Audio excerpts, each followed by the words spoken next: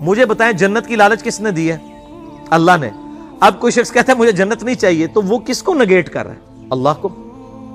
دوزخ کا ڈر کس نے سنایا؟ اللہ نے.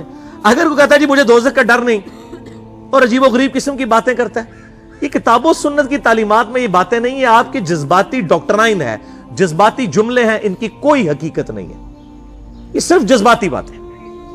اہل ایمان جو ہیں وہ تو اللہ تعالیٰ نے سورۃ الفرقان میں فرمایا کہ اہل ایمان تو دعا کرتے ہیں ربنا اصرف عنا عذاب جہنم ان عذابها کان غراما، اے رب ہمارے ہم سے دوزخ کا عذاب پھیر دے، بے شک دوزخ کا عذاب تو ہمارے گلے کا پھندا بن چکا ہے، یہ لٹکتی ہوئی تلوار ہے ہمارے سر کے اوپر، اے اللہ ہمیں دوزخ سے رہائی عطا فرما دے.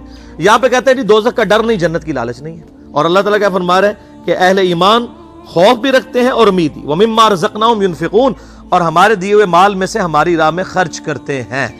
ظاہر ہے جیب وہی ڈھیلی کرے گا جسے آخرت کے ڈیوائن بینک کی امید ہوگی کہ دنیا میں جو کچھ جو ہے وہ خرچ کر رہا ہوں وہ اللہ کے ڈیوائن بینک میں سٹور ہو رہا ہے، اللہ تعالیٰ مجھے 700 گنا اس سے بھی بڑھ کر لوٹائے گا انشاءاللہ.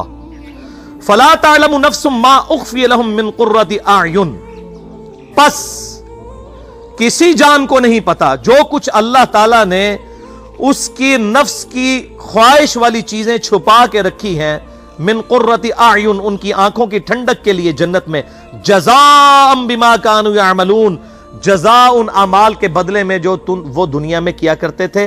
اللہ تعالیٰ فرماتا ہے کوئی جان نہیں جانتی کہ اللہ تعالیٰ نے جنت میں اس کے لیے کیا کیا نعمتیں تیار کر رکھی ہیں ان کی آنکھوں کی ٹھنڈک کے لیے. اور اسی کانٹیکسٹ میں بخاری اور مسلم دونوں میں حدیث ہے کہ آپ صلی اللہ علیہ وآلہ وسلم نے سورہ سجدہ کی یہی آیت تلاوت کی اور پھر فرمایا کہ کوئی شخص نہیں جانتا کہ اللہ تعالیٰ نے اس کے لیے جنت میں کون کون سی نعمتیں چھپا رکھی ہیں، اور پھر فرمایا کہ ایسی ایسی نعمتیں چھپا رکھی ہیں جو نہ کسی آنکھ نے دیکھی، نہ کسی کان نے سنی، نہ کسی کے دل پہ ان کا کھٹکا گزرا.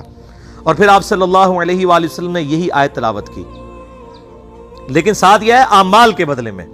دودھ پینے والے مجنون نہیں چاہیے، اعمال کرنے والے. افمن کان مؤمنا کمن کان فاسقا، بھلا بتاؤ جو اللہ کی بات ماننے والا ہے اور جو نہیں ماننے والا وہ برابر ہو سکتے؟